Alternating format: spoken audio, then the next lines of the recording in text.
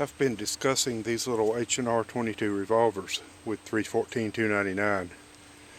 Specifically this one, which is a 922 9-shot made in 1941, and it's got the earlier lock work so that the cylinder spins free with the hammer down.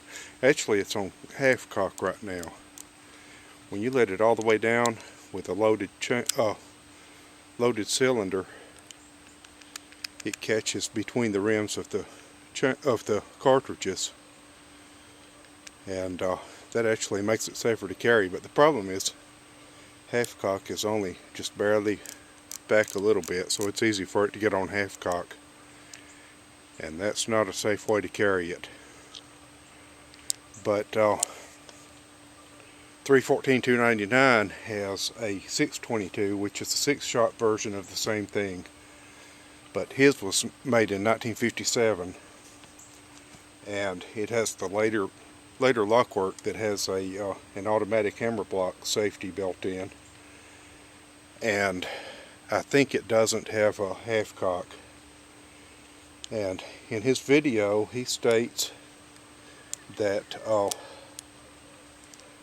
the little notch on the side is not actually for loading, that it's just an inspection port.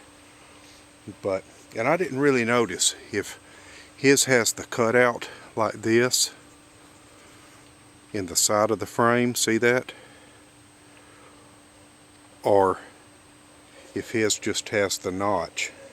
I kind of think it just had the notch, because he said there wasn't enough clearance there for a cartridge to fit through, and it looks like what happens is that the forging has the notch, and then they use some kind of tool to clearance it a bit more when they're final assembling the revolver, so that it will accept a cartridge.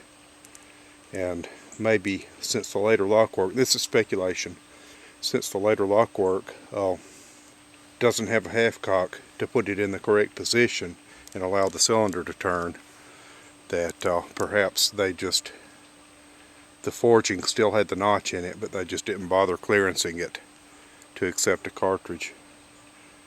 Again, speculation. But I'm going to show how this thing is loaded through the notch. Now you can still pull the pin. This one has a catch. Little catch right there to pull the pin. His has just the ball detent where it doesn't have the catch. You just pull it. It's just held in by spring pressure only. This one, you can't just pull it out. You got to hold the catch down first. But so you can load it that way too. But I'm going to demonstrate how to load this thing through the loading notch, and that means first I've got to empty it, because it's loaded right now. So we'll go for some double action fire.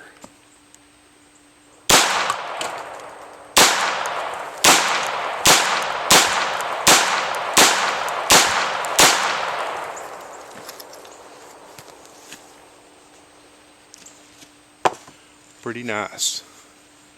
Okay.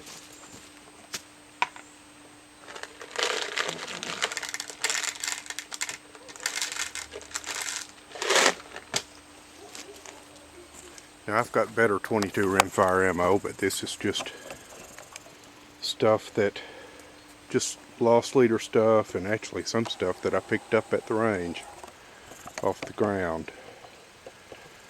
But I'll try not to stand in the way. Now, interestingly, I read something that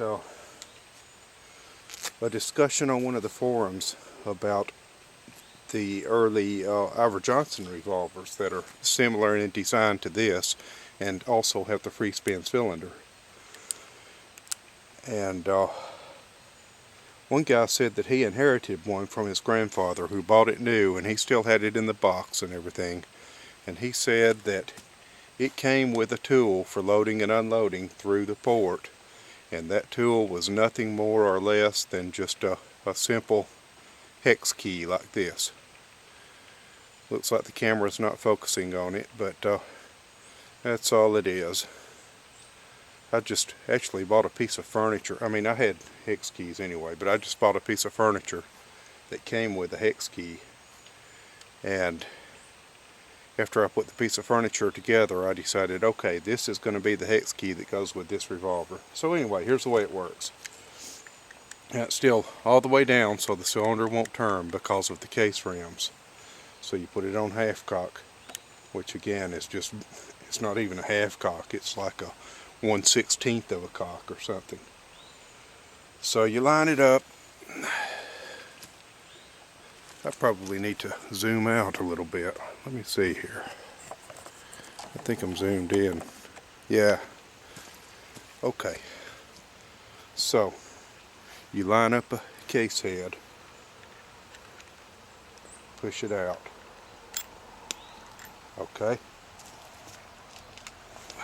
Take the next one. Take the live round and put it in. And this has fairly tight chambers, so I usually go ahead and take the short end and push it all the way in. I keep getting my hand in the way, but what I'm doing is using the short end to just push it all the way down, because otherwise it will it'll lock up the cylinder, make it difficult to turn. So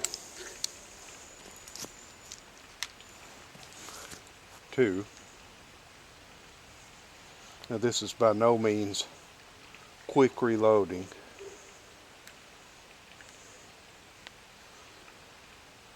but it at least doesn't require that you pull the cylinder.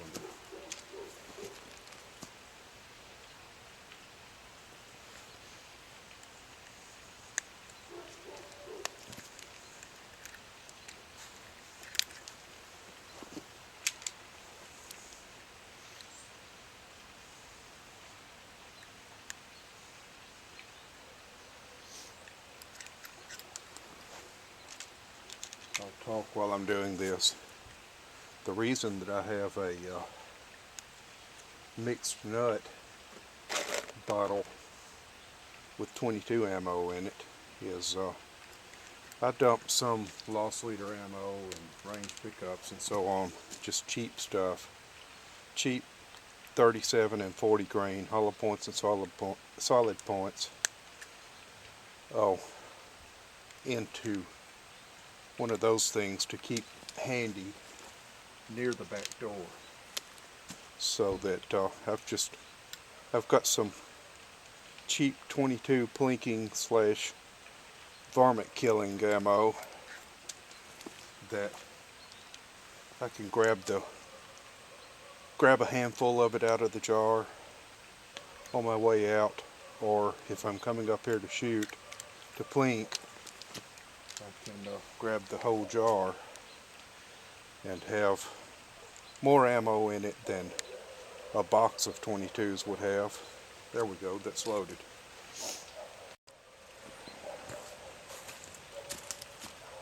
Okay, so I guess I finished reloading this thing just as the camera shut itself off. It shuts itself off after a few minutes, so I have to watch for it.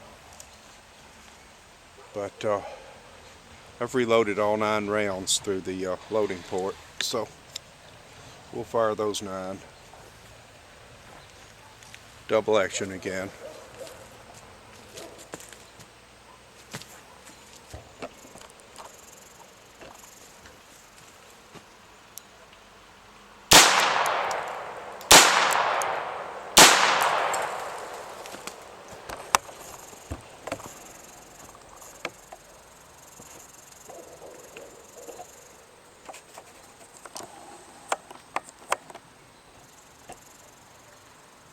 Battery's about dead.